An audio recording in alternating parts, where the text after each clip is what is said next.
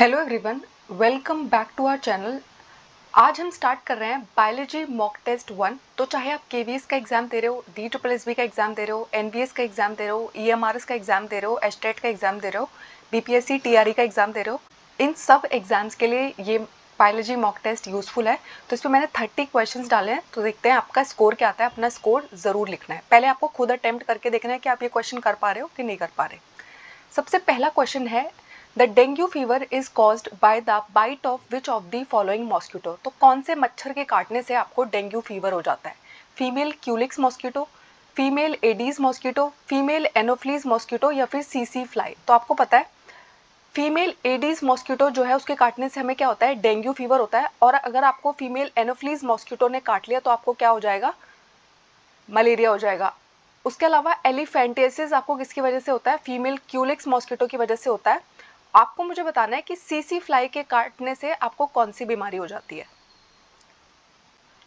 The main function of ribosome. तो आपकी body के अंदर राइबोसोम का मेन फंक्शन क्या है? फोटोसिंथेसिस करना, प्रोटीन सिंथेसिस करना, फैट सिंथेसिस करना या सेल क्लीनिंग करना। तो फोटोसिंथेसिस का काम कौन करता है? क्लोरोप्लास्ट करते हैं। सेल को क्लीन करने का काम कौन करते हैं? लाइसोसोम्स करते हैं। प्रोटीन सिंथेसिस, हमारी बॉडी के अंदर सबसे मेजर फंक्शन जो है राइबोसोम का वो क्या है? प्रोटीन सिंथेसिस है, इसलिए इनको प्रोटीन फैक्ट्रीज भी बुलाया जाता है। आप मुझे कमेंट्स में बताएंगे कि फैट सिंथेसिस कौन सा सेल ऑर्गेनल करता है। नेक्स्ट है, which of the following is not the green house gas. तो आपको पता है ऐसी गैसेस जो हमारे अर्थ पे क्या कर रहे हैं? एवरेज टेम्परेचर को इंक्रीज करने का काम कर रहे हैं, उनको हम क्या बुलाते हैं? ग्रीन हाउस गैसेस बुलाते हैं। आपको बताना है इनमें से कौन सी ग्रीन हाउस गैस का रोल प्ले नहीं करती है। Methane gas, carbon dioxide, argon या फिर वाटर वेपर। तो आपको पता है मीथेन जो है वो एक ग्रीन हाउस गैस है, कार्बन डाइऑक्साइड भी ग्रीन हाउस गैस है, वाटर वेपर भी ग्रीन हाउस गैस है, लेकिन जो आर्गन होती है वो हमारी ग्रीन हाउस गैस नहीं है। आपको पता है ना, आर्गन जो है वो एक नोबल गैस है। नेक्स्ट है, एटीपी इज फॉर्म्ड इन। तो एडिनोसाइन ट्राइफॉस्फेट जो है वो किस सेल ऑर्गेनल के अंदर फॉर्म होता है? माइटोकॉन्ड्रिया, राइबोसोम्स, क्लोरोप्लास्ट या फिर प्लास्टिड्स। तो आपको पता है हमारी बॉडी के अंदर जब सेलुलर रेस्पिरेशन टेक प्लेस करता है, एटीपी का फॉर्मेशन होता है, तो ये सब कुछ कहाँ पर हो रहा होता है? माइटोकॉन्ड्रिया के अंदर हो रहा होता है। माइटोकॉन्ड्रिया के अंदर ही हमारी बॉडी के अंदर क्या बनती है? एटीपी बनती है। एटीपी क्या कहलाती है? हमारे शरीर की एनर्जी करेंसी कहलाती है। जितनी भी एनर्जी आपके शरीर को मिलती है वो किससे मिलती है? एटीपी से मिलती है। और एटीपी को फॉर्म करने का काम करता है माइटोकॉन्ड्रिया। माइटोकॉन्ड्रिया जो है वो double membrane bound cell organelle भी है। उसके अलावा ये एक स्पेशल सेल ऑर्गेनल है क्योंकि इसके पास क्या प्रेजेंट होती है?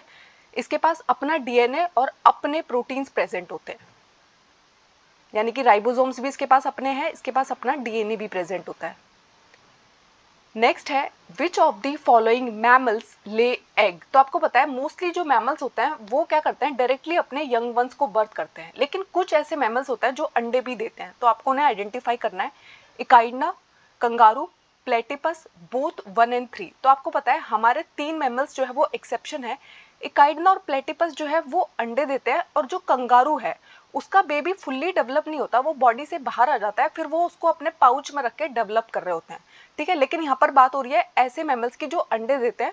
वो कौन होते हैं? 2 ही होते हैं, इकाइडना और प्लेटिपस। तो बोथ 1 and 3 ये एक्सेप्शंस है, ठीक है, मैमल्स के अंदर। नेक्स्ट है, diploid chromosome number in humans. तो अगर आप ह्यूमंस की बात कर रहे हैं उनके अंदर डिप्लॉइड क्रोमोसोम का नंबर कितना होता है? 46, 44, 48 या फिर 20। तो आपको पता है 23 क्रोमोसोम्स एग में प्रेजेंट होते हैं, 23 जो है वो स्पर्म में प्रेजेंट होते हैं। उन दोनों के फ्यूजन से बनते हैं ह्यूमंस, ठीक है। और हमारे अंदर डिप्लॉइड क्रोमोसोम का नंबर कितना होता है? 46 होता है, ठीक है। 23 का डबल होता है, 46 होता है। नेक्स्ट है, केमिकली इंसुलिन जो हार्मोन है वो क्या है? प्रोटीन से मिलके बना हुआ है, स्टेरॉइड से मिलके बना हुआ है, कार्बोहाइड्रेट से मिलके बना हुआ है, या फिर नन ऑफ दिस। तो जब मैंने आपको एंडोक्राइन ग्लैंड्स कराए हैं तो मैंने आपको बताया कि इंसुलिन को रिलीज करने का काम कौन करता है? पैनक्रियाज करता है। इंसुलिन का काम क्या होता है? हमारे ब्लड के अंदर शुगर लेवल को मेंटेन करने में इंसुलिन बहुत ही इंपॉर्टेंट रोल प्ले करता है। और हमारा जो इंसुलिन है वो किस टाइप का हार्मोन है ये पूछा है उन्होंने। केमिकली वो किससे मिलके बना हुआ है? तो आपको पता है ये एक प्रोटीनेशियस हार्मोन है, प्रोटीन से मिलके बना होता है।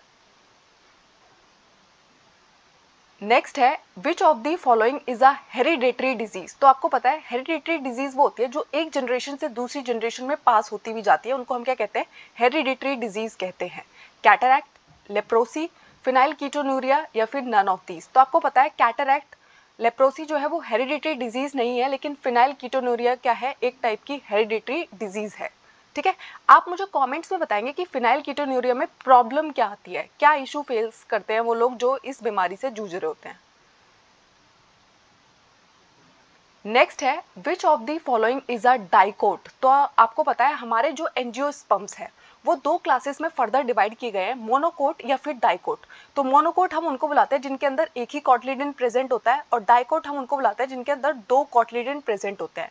तो वीट, बनाना, बैम्बू या फिर पार्थिनियम, जिसको हम गाजर घास भी बुलाते हैं, ये एक टाइप का वीड है। ठीक है, तो वीट जो है वो पोएसी फैमिली से बिलोंग करता है, और आपको पता है ग्रास फैमिली से भी बिलोंग करता है। तो ये क्या है, ये मोनोकोट है। और जो हमारा बनाना है उसके अंदर सिंगल कॉटलिडन ही प्रेजेंट होता है। ठीक है, इसलिए ये भी क्या हो गया, मोनोकोट हो गया। बैम्बू जो है वो ग्रास फैमिली से बिलोंग करता है, तो जो भी कोई ग्रास फैमिली से बिलोंग करता है वो तो क्या ही होते हैं, हमारे मोनोकोट्स होते हैं। लेकिन जो हमारा पार्थिनियम है वो क्या है, डाइकोट है। ठीक है, तो वीट और बैम्बू जो है वो तो ग्रास फैमिली से बिलोंग करता है, और ग्रास फैमिली क्या होती है, मोनोकोट की फैमिली होती है। ठीक है, और बनाना के अंदर भी सिंगल कॉटलिडन प्रेजेंट होता है, तो वो भी क्या है, मोनोकोट है। नेक्स्ट है which of the following is plant hormone. तो आपको प्लांट हार्मोन आइडेंटिफाई करने हैं, gibberellin, indole acetic acid, florigen या फिर ऑल ऑफ दीज। तो आपको पता है प्लांट्स के अंदर है ना बहुत सारे हार्मोन्स प्रेजेंट होते हैं, जिब्रेलिन प्रेजेंट होता है, इंडोल एसिटिक एसिड जिसका समटाइम हम जिसको ऑक्सिन भी बुलाते हैं वो भी प्रेजेंट होता है, फ्लोरिजन भी प्रेजेंट होता है, फ्लावर्स के खिलने में इसका बहुत इंपॉर्टेंट रोल प्ले होता है। तो ये सारे के सारे क्या है, प्लांट हार्मोन्स है जो फ्लावर्स के अंदर प्रेजेंट होते हैं। नेक्स्ट है बॉटुलिज्म किस टाइप की बीमारी है, फूड बॉर्न इन्फेक्शन है, फूड बॉर्न इंटॉक्सिकेशन है, वाटर बॉर्न इन्फेक्शन है या फिर नन ऑफ दीज। तो आपको पता है बॉटुलिज्म में क्या होता है, एक बैक्टीरिया की वजह से ही होता है, मैंने आपको डिजीज वाले टॉपिक में करा रखा है। तो फूड बॉर्न इंटॉक्सिकेशन है, अगर आपने कभी भी है ना खराब खाना खा लिया, सड़ा हुआ खाना खा लिया, ठीक है, तो उसके अंदर है ना एक बैक्टीरिया ग्रो कर जाता है जिसकी वजह से क्या होता है, फूड बॉर्न इंटॉक्सिकेशन होता है और आपको बॉटुलिज्म हो जाता है। ठीक है, आप मुझे उस बैक्टीरिया का नाम बताएंगे। ठीक है, antibodies in our body are complex. तो आपकी बॉडी के अंदर बहुत सारी एंटीबॉडी प्रेजेंट होती है जो क्या करती है, बहुत सारे इन्फेक्शंस को फाइट करने में आपकी हेल्प करती है। वो किससे मिलके बनी है, स्टेरॉइड से मिलके बनी है, प्रोस्टाग्लैंडिन से मिलके बनी है, ग्लाइकोप्रोटीन से मिलके बनी है, या फिर नन ऑफ दिस। तो आपको पता है जब मैंने आपको इम्यूनिटी वाला लेक्चर कराया था तो मैंने आपको बताया था कि जो हमारी एंटीबॉडीज है वो क्या होती हैं, ग्लाइकोप्रोटीन से मिलके बनी होती है। ठीक है,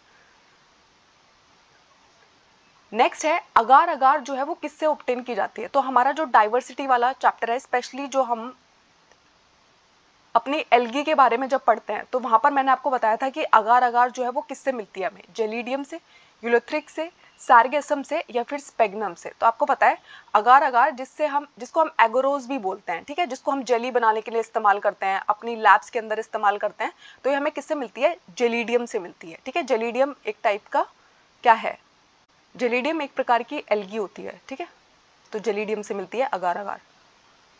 नेक्स्ट है which of the following function is performed by Malpighian tubules in cockroaches. तो आपके कॉकरोचेस के अंदर जो मेल्फिगियन टिब्यूल्स है वो क्या रोल प्ले करते हैं, एक्सक्रीशन, ब्लड सर्कुलेशन, डाइजेशन या फिर नन ऑफ दीज। तो देखो जब हमने एनिमल डाइवर्सिटी पढ़ा था तो मैंने आपको बताया था कि कॉकरोचेस के अंदर जो है मेल्फिगियन टिब्यूल्स प्रेजेंट होते हैं जो उनके किस में हेल्प करते हैं, ये उनके एक्सक्रीटरी ऑर्गन्स है, एक्सक्रीशन में हेल्प करते हैं। नेक्स्ट है the nodes of Ranvier are found in. तो आपको नोड्स ऑफ रैनवियर कहाँ देखने को मिलती है, नर्व सेल के अंदर, हार्ट सेल के अंदर, लिवर सेल के अंदर या फिर मोर देन वन। तो आपको पता है नोड्स ऑफ रैनवियर जो है वो कहाँ पर प्रेजेंट होती है, हमारी जो न्यूरॉन्स होती है, हमारी जो नर्व सेल होती है वहां पर क्या प्रेजेंट होती है, नोड्स ऑफ रैनवियर प्रेजेंट होती है। नेक्स्ट है which of the following is not a function of vacuole in plant. तो प्लांट्स के अंदर जो वैक्यूल प्रेजेंट होते हैं उनका इनमें से कौन सा फंक्शन नहीं है, they store toxic metabolic waste, they help in the process of cell division, they help to maintain turgidity more than one. तो आपको पता है मेटाबॉलिक वेस्ट को स्टोर करना ये वैक्यूल का फंक्शन होता है, टर्जिडिटी मेंटेन करके रखना ये भी उनका फंक्शन होता है, लेकिन सेल डिवीजन में वो कोई रोल प्ले नहीं कर रहे होते हैं। ठीक है, सेल डिवाइड करने में वैक्यूल का कोई रोल नहीं होता है। An unripe green fruit changes colour when it ripens, the reason is. तो आपने देखा होगा जब भी आप कच्चा फ्रूट देखते हो तो वो आपको हरा दिखाई दे रहा होता है, धीरे धीरे जब वो पक जाता है तो उसका कलर चेंज हो जाता है। ठीक है, जैसे मैंगो येलो हो जाता है, ग्रीन से येलो हो जाता है। ठीक है, आपका बनाना ग्रीन से येलो हो जाता है, तो उसका रीजन क्या होता है, ठीक है, chromoplast changes to chlorophyll, chromoplast changes to chromosome, chloroplast changes to chromoplast more than one. तो आपको पता है जैसे ही हमारा क्लोरोप्लास्ट क्रोमोप्लास्ट में बदल जाता है तो क्या होगा, अब वो ग्रीन कलर से क्या हो जाएगा, उसके अंदर पिगमेंट्स जो प्रेजेंट थे, जो कलर्स प्रेजेंट थे वो आने लग जाते हैं।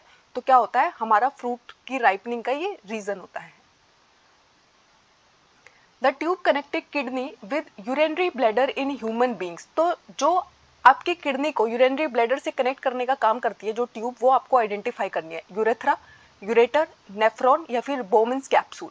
तो आपको पता है यूरेथ्रा के थ्रू तो आपकी बॉडी से सारा का सारा जो यूरिन है वो बाहर चला जाता है, ठीक है।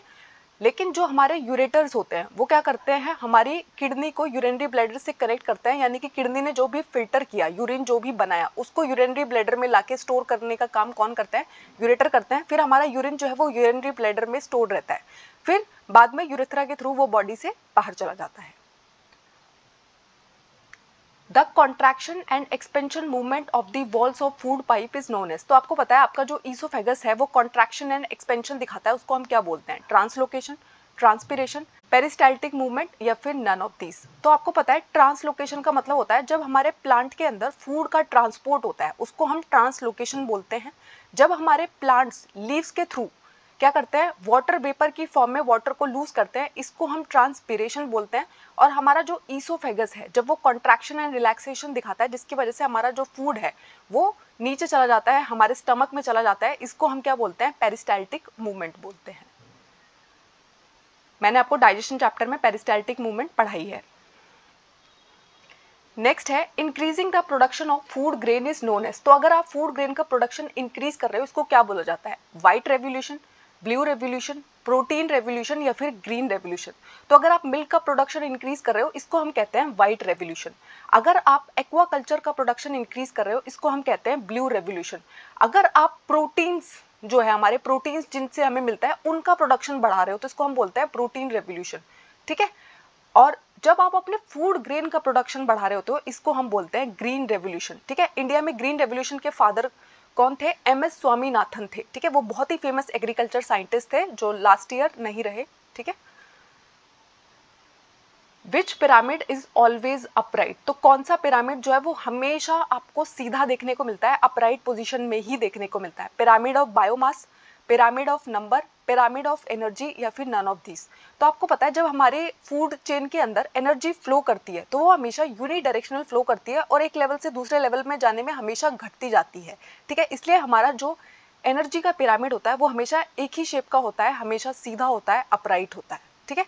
बायोमास का जो है वो अपराइट भी हो सकता है, इन्वर्टेड भी हो सकता है, सेम नंबर के साथ भी ऐसा हो सकता है, लेकिन जो पिरामिड है एनर्जी का वो हमेशा आपको अपराइट पोजीशन में देखने को मिलता है। और ऐसा क्यों होता है, क्योंकि एनर्जी जो है वो यूनिडायरेक्शनली फ्लो करती है। नेक्स्ट है headquarter of UNEP, United nation environment programme का हेडक्वार्टर कहाँ पर है, ग्लैंड स्विट्जरलैंड में, जापान में, जर्मनी में या फिर नैरोबी केन्या में। तो आपको पता है जो UNEP ऑर्गेनाइजेशन है, यूनाइटेड नेशन एनवायरनमेंट प्रोग्राम है, इनका हेडक्वार्टर है नैरोबी केन्या में। नेक्स्ट है the origin of species book written by. तो ये बुक जो है इसको किसने लिखा, ग्रेगर मेंडल ने, रॉबर्ट ब्राउन ने, कार्ल रोजर्स ने या फिर चार्ल्स डार्विन ने। तो आपको पता है the origin of species book जो है वो किसने लिखी थी, चार्ल्स डार्विन ने लिखी थी, ठीक है। चार्ल्स डार्विन क्या कहलाते हैं, हमारे इवोल्यूशन के फादर कहलाते हैं। नेक्स्ट है diatoms protozoa belong to which kingdom. तो डायटम्स और प्रोटोजोआ आपको किस किंगडम के अंदर देखने को मिलते हैं, फंजाई के अंदर, प्लांटे के अंदर, मोनेरा के अंदर या फिर प्रोटिस्टा के अंदर। तो आपको पता है डायटम्स और प्रोटोजोआ जो है वो प्रोटिस्टा से बिलोंग करते हैं, ठीक है। नेक्स्ट है melatonin hormone is released by. तो आपकी बॉडी के अंदर मेलेटोनिन हार्मोन को रिलीज करने का काम कौन सा ग्लैंड करता है, thymus gland, adrenal gland, pituitary gland या फिर पीनियल ग्लैंड। तो थाइमस क्या करता है, आपकी एंटीबॉडीज में हेल्प करता है। एड्रिनल ग्लैंड क्या करता है, एड्रिनल हार्मोन जो है उसको रिलीज करने का काम करता है। पिट्यूटरी ग्लैंड क्या करता है, बहुत सारे ग्रोथ हार्मोन आपकी बॉडी के अंदर रिलीज करता है। और पीनियल ग्लैंड एक ही हार्मोन रिलीज करता है, वो कौन सा है, मेलेटोनिन है। अगर आप एंडोक्राइन ग्लैंड के टॉपिक को अच्छे से नहीं कवर कर पा रहे हैं या आप आंसर नहीं कर पा रहे तो आपको एंडोक्राइन ग्लैंड वाला। There are various method of asexual reproduction which of the following reproduction by multiple fission. तो आपको एसेक्सुअल रिप्रोडक्शन के बहुत सारे तरीके मालूम है, आपको बताना है मल्टीपल फिजन से कौन डिवाइड करता है, हाइड्रा, लेशमेनिया, अमीबा या फिर प्लाज्मोडियम। तो हाइड्रा जो है वो बडिंग शो करता है, लेशमेनिया जो है वो बाइनरी फिजन शो करता है, अमीबा भी बाइनरी फिजन शो करता है, लेकिन जो हमारा प्लाज्मोडियम होता है जो हमें मलेरिया नाम की बीमारी दे सकता है वो क्या करता है, मल्टीपल फिजन के द्वारा डिवाइड करता है। नेक्स्ट है when egg is not fertilised in women which phenomena take place. तो अगर एग जो है वो फर्टिलाइज नहीं हुआ तो कौन सा फिनोमिना होता है वुमेन की बॉडी के अंदर, ओव्यूलेशन, इम्प्लांटेशन, मेंस्ट्रुएशन या फिर पार्चुरेशन। तो आपको पता है जब एग फर्टिलाइज नहीं होता है तो फीमेल की बॉडी के अंदर क्या होता है, मेंस्ट्रुएशन होना स्टार्ट हो जाता है।